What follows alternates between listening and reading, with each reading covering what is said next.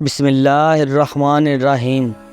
پاؤں کے بل بیٹھ کر کوئی کام کیا جائے تو اس کا اثر سیدھا نظر پر پڑتا ہے، اس سے نظر کمزور ہو جاتی ہے۔ سٹیل کے گلاس میں پانی پینے سے دماغ تیز ہوتا ہے۔ اپنے ٹوتھ برش پر نمک چھڑک کر اس سے دانت صاف کریں، اس سے دانتوں کی صفائی کے ساتھ ساتھ آپ کے مسوڑھے بھی مضبوط ہوں گے اور منہ کی بدبو بھی ختم ہو جائے گی۔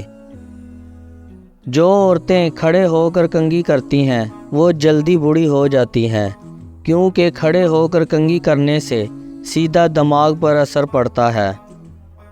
پرانے سے پرانی کھانسی دور کرنے کے لیے امرود کو جلا کر اس کی راکھ کھائیں۔ چنبیلی کے پھولوں کی خوشبو سونگھنے سے سانس کی بیماری نہیں ہوتی۔ سانس کے مرض میں مبتلا یا دمے کے مریضوں کو مونگ پھلی کا استعمال فائدے کی بجائے نقصان میں مبتلا کر سکتا ہے۔ حمل کرنے والی عورتیں کھانے میں زیادہ سے زیادہ کدو کا استعمال کیا کریں، اس سے پیدا ہونے والا بچہ ذہین ہوگا۔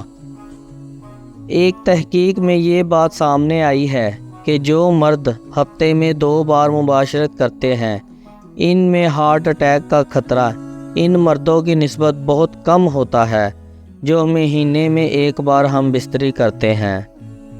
اگر ماہواری کے دنوں میں پیٹ اور ٹانگوں میں درد ہے تو نیم کے پتے اور ادرک کا رس ملا کر پینے سے درد میں فوری آرام آ جاتا ہے۔ جامن کی گٹھلی کو جلا کر اس کی راکھ آنکھوں میں ڈالنے سے آنکھوں کی نظر تیز ہو جاتی ہے۔ نمک کے مساج سے سکن اندر تک صاف ہو جاتی ہے، جلد کی بے رونقی ختم ہو جاتی ہے اور جلد نرم اور ملائم حسین ہو جاتی ہے۔ گاڑی کی سطح پر خراش آ جائے یعنی کہ سکریچ آ جائے تو ایک کپڑے کو ناریل کے تیل میں بھگو کر گاڑی پر اچھی طرح سے پھیریں، اس طرح سکریچ زیادہ واضح نہیں ہوں گے۔ اگر آپ چاہیں تو ٹوتھ پیسٹ کو اس مقصد کے لیے استعمال کر سکتے ہیں۔